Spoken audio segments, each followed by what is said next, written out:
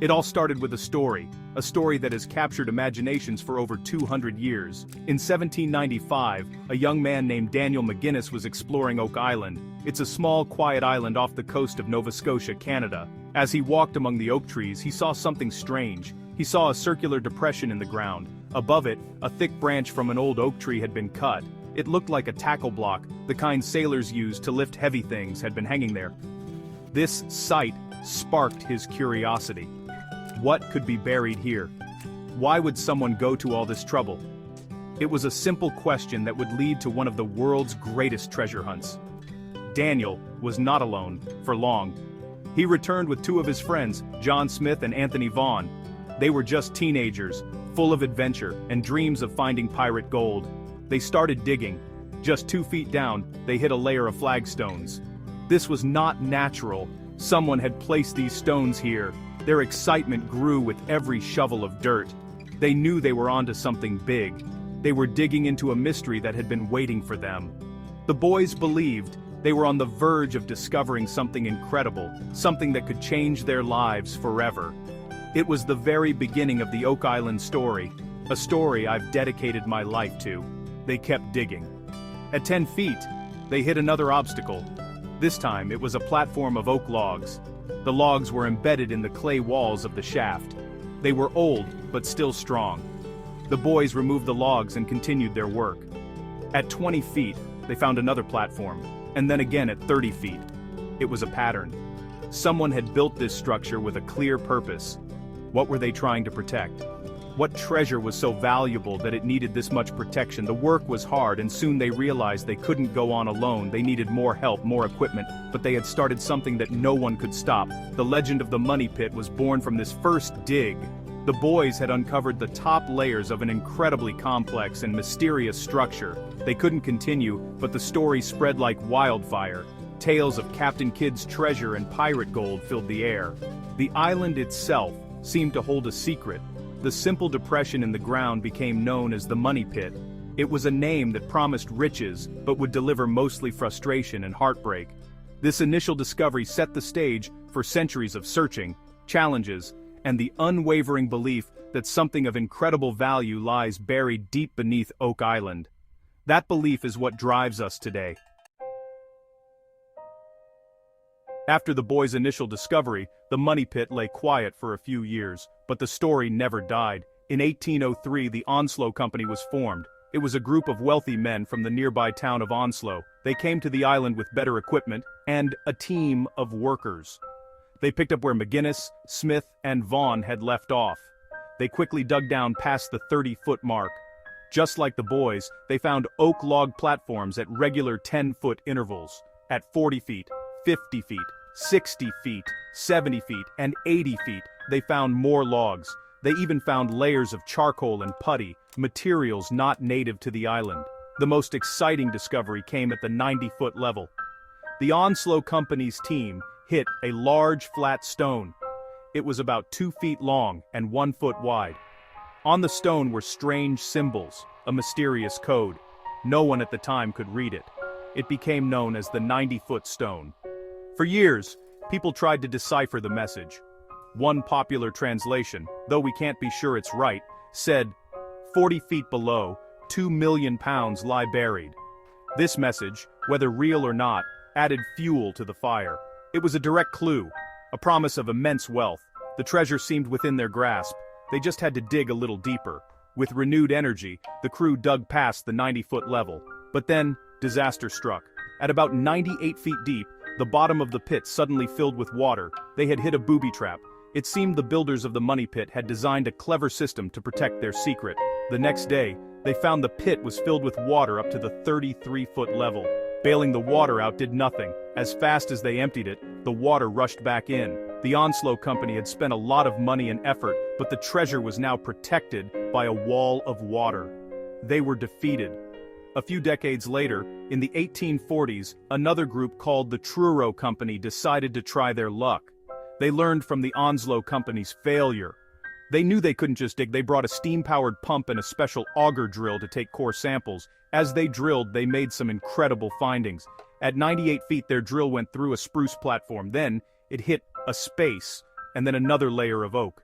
They pulled up samples of loose metal, described as links of a watch chain. They also found more oak, coconut fiber, and another spruce layer. It seemed they had drilled right through treasure chests. But the water problem remained, and the Truro Company, too, eventually ran out of money and gave up. The 19th century saw many attempts to solve the Oak Island puzzle. After the Truro Company, the Oak Island Association took over in 1861. They brought a powerful steam engine and pump to the island. They believed they could finally beat the water. But the money pit was a relentless enemy. The pump could not keep up with the flooding. Then, a terrible accident happened.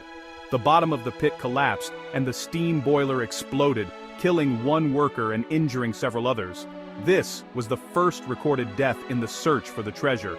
It was a dark moment that seemed to serve as a warning. The island was not going to give up its secrets easily. Despite the tragedy, the search continued. The Oak Island Association decided to try a new strategy. If they couldn't dig down, they would dig sideways. They dug a new shaft, Shaft 6, to the side of the money pit. Their plan was to tunnel over to the treasure from below. They dug down to 112 feet and started their tunnel, but as they got close, water burst through the tunnel wall with incredible force. The workers barely escaped with their lives. The money pit had won again. The elaborate booby traps, which seemed to be a series of man-made flood tunnels from the nearby beach, were still working perfectly centuries later. The early 20th century brought new faces and new technology. One of the most famous was a young man named Franklin D. Roosevelt, who would later become President of the United States. As a young man, he was fascinated by the Oak Island story. He joined a group called the Old Gold Salvage and Wrecking Company in 1909. They came with plans and enthusiasm, but like all the others before them, they were met with flooding and financial problems. Their search was short-lived, but Roosevelt's interest in the island continued for the rest of his life. It shows how this mystery can capture the minds of anyone, from a young boy to a world leader. Throughout these years, the original money pit was lost. So many shafts were dug, so many pits collapsed, that its exact location became a mystery in itself. Searchers spent years just trying to find where the first hole was. The landscape of the eastern end of the island was transformed into a maze of old pits, mounds of dirt, and abandoned equipment. It was a battlefield of man versus mystery. Each failure only added to the legend.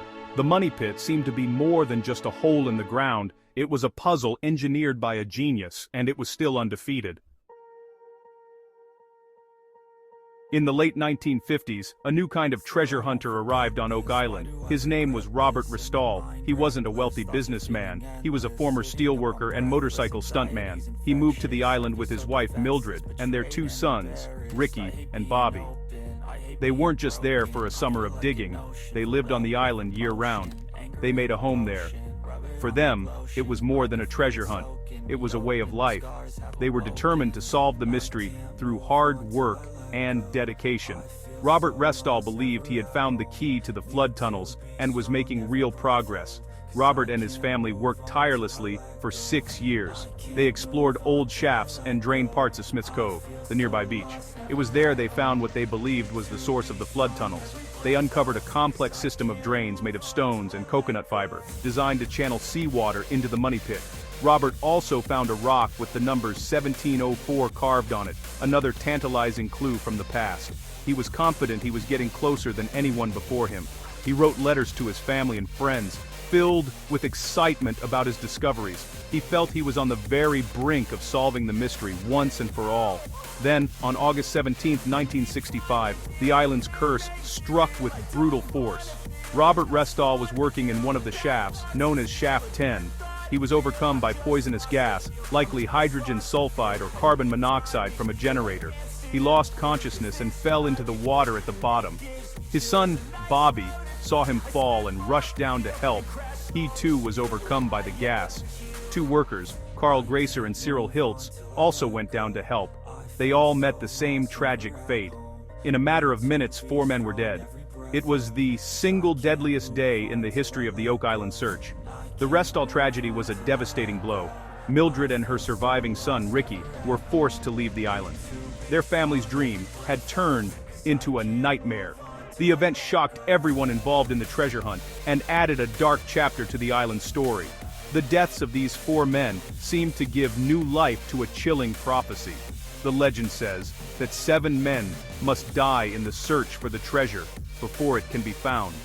Before the Restall tragedy, only 1 man had died. Now, the count was 5. The mystery was no longer just about gold, it was about life and death. After the terrible events of 1965, the island was sold to a new group of investors. This group formed the Triton Alliance, led by a man named Dan Blankenship. Dan was a contractor from Florida who became completely obsessed with the Oak Island mystery after reading about it in an old magazine. He dedicated the rest of his life to the search. He was a tough, no-nonsense man who brought a new level of determination to the island. He moved there permanently, just like Robert Restall had, and spent over 50 years searching for the treasure. Dan Blankenship is a true Oak Island legend. The Triton Alliance brought heavy machinery and modern techniques to the island. They focused their efforts on a new shaft, called Borehole 10X. It was a deep, 237-foot hole drilled near the Money Pit area. In 1971, they lowered a camera down this borehole. What they saw was incredible. The images were blurry, but they seemed to show man-made objects. They saw what looked like a human hand, severed from a body. They saw what appeared to be treasure chests and tools. It was a stunning and eerie discovery. Divers were sent down to investigate, but the deep, murky water and strong currents made it impossible to see or recover anything. The discoveries in Borehole 10X were both exciting and frustrating. They suggested that something was definitely down there, but it remained just out of reach. The Triton Alliance spent years and millions of dollars trying to get to the bottom of 10X. They tried to stabilize the shaft, but it kept collapsing. The powerful currents underground made diving extremely dangerous. One diver even had his faceplate smashed by the force of the water. Dan Blankenship never gave up, but the challenges were immense. He found other clues on the island, like a U-shaped structure in Smith's Cove, but the main prize in the Money Pit remained elusive. During this time, the prophecy loomed large over the search. The legend states that 7 men must die before the treasure is found. The death of the worker in 1861 and the 4 men in the Restall tragedy brought the total to 5. In 1995, a man named Hebert Nickerson, who was part of a different searching group, died of a heart attack while working on the island. He became the 6th man to die in the quest. This brought the prophecy dangerously close to fulfillment. It added an element of suspense and fear to the hunt. Was the treasure cursed, and, who would be the 7th? My brother Marty and I first heard about the Oak Island mystery when we were kids. I read an article in a 1965 issue of Reader's Digest. I was just 11 years old, but the story grabbed me, and honestly, it never let go. The idea of a secret treasure, hidden with ingenious traps, was the ultimate adventure for us. It sparked a dream in me, a dream that I would one day be part of that great search. For years, Marty and I would talk about it.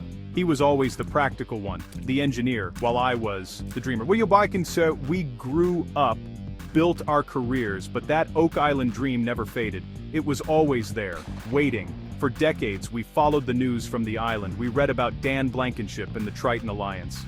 We learned about their struggles and their discoveries. The island was mostly in the hands of Dan and another landowner, David Tobias. Getting permission to search was nearly impossible. But, we never gave up hope. We believed that with new technology and a fresh perspective, we could succeed where others had failed. We wanted to honor the work of all the searchers who came before us, men like Dan Blankenship and Robert Restall. We wanted to be part of that fellowship of the dig. Our chance finally came in the early 2000s. We learned that a portion of the island was for sale. It was a long and complicated process, but in 2006, we, along with our partners, were able to buy a controlling interest in the island. It was, honestly, a dream come true. We finally had our chance to search for answers. We teamed up with the man who had kept the search alive for so long, Dan Blankenship. It was an honor to work alongside him. Our goal was not just to find treasure, but to find the truth. We wanted to solve the 200-year-old mystery, once and for all. We started our search with a new approach. We combined historical research with the latest scientific technology. We brought in geologists, surveyors, and experts in all kinds of fields. We used metal detectors, ground-penetrating radar, and seismic testing. We wanted to map the entire island, both above and below ground. We also knew we couldn't do it alone. We formed a team of dedicated people, including our partner Craig Tester, metal detecting expert Gary Drayton, and many others. Together we began a new chapter in the Oak Island story, a chapter that we were able to share with the world through our television show, The Curse of Oak Island. Our search has been a journey of discovery, one small find at a time. One of the most important things we've learned is that the mystery is much bigger than just the money pit. The entire island is covered in clues. One of our most significant early finds was a Spanish coin, a maravedi, dated 1652. We found it in the swamp, an area that many previous searchers had ignored. Finding a 17th century Spanish coin in a swamp in Nova Scotia was a huge discovery. It proved that human activity was happening on this island long before the money pit was first found in 1795. It was a piece of the puzzle.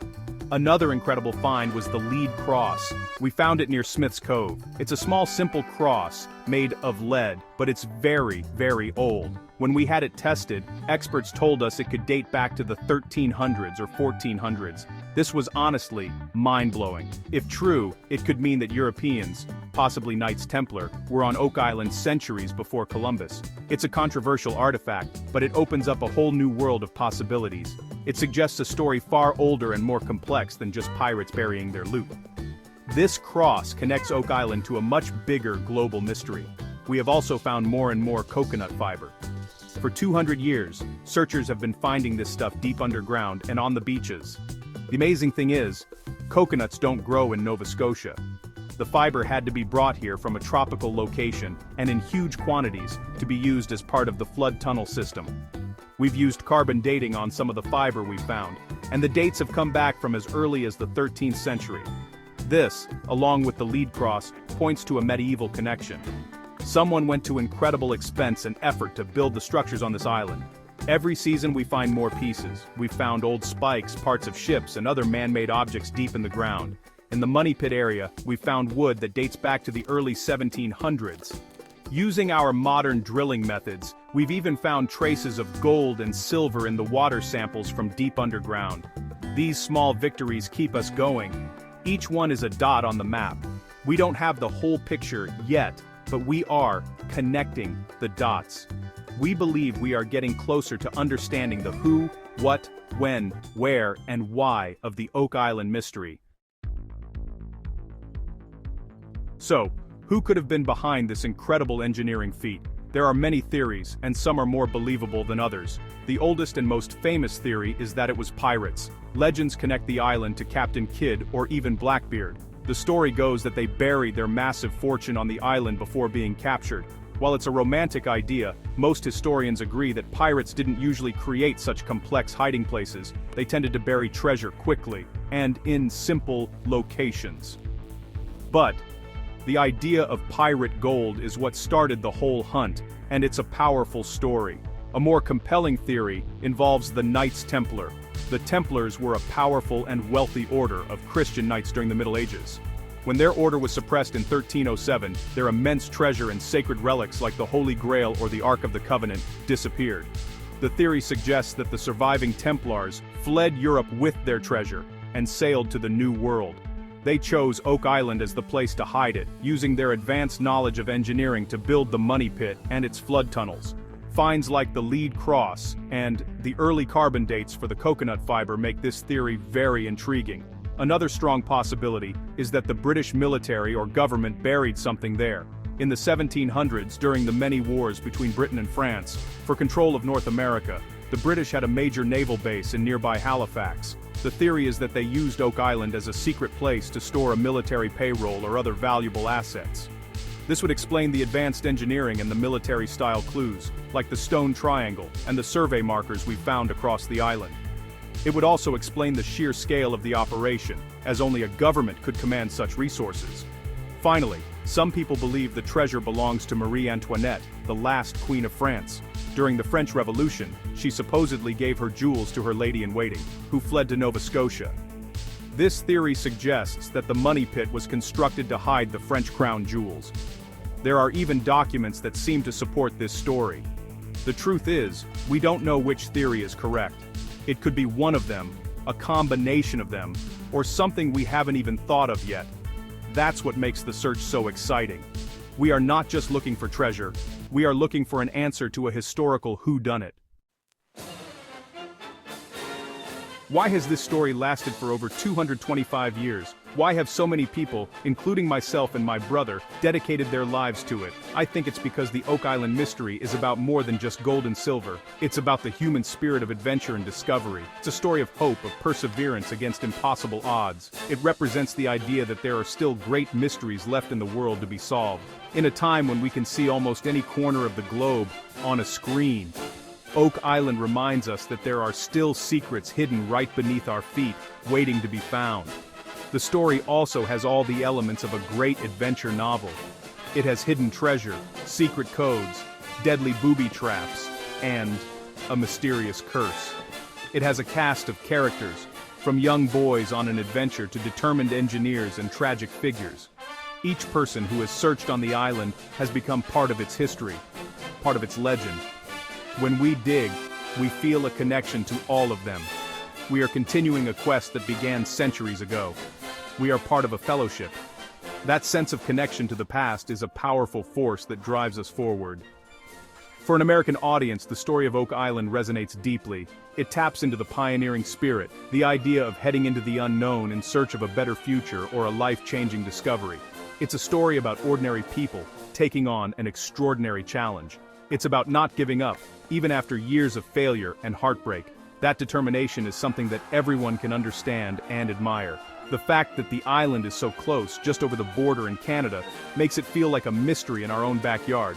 It feels accessible, real, and that makes it even more captivating. As of today, in early 2026, the search continues. Our team is still on the island, still digging, still exploring. We have focused a lot of our recent work on the garden shaft, a very old searcher shaft that we believe is right next to the original money pit. We found old tunnels and structures deep down that match the historical accounts. The data we are getting is more promising than ever before.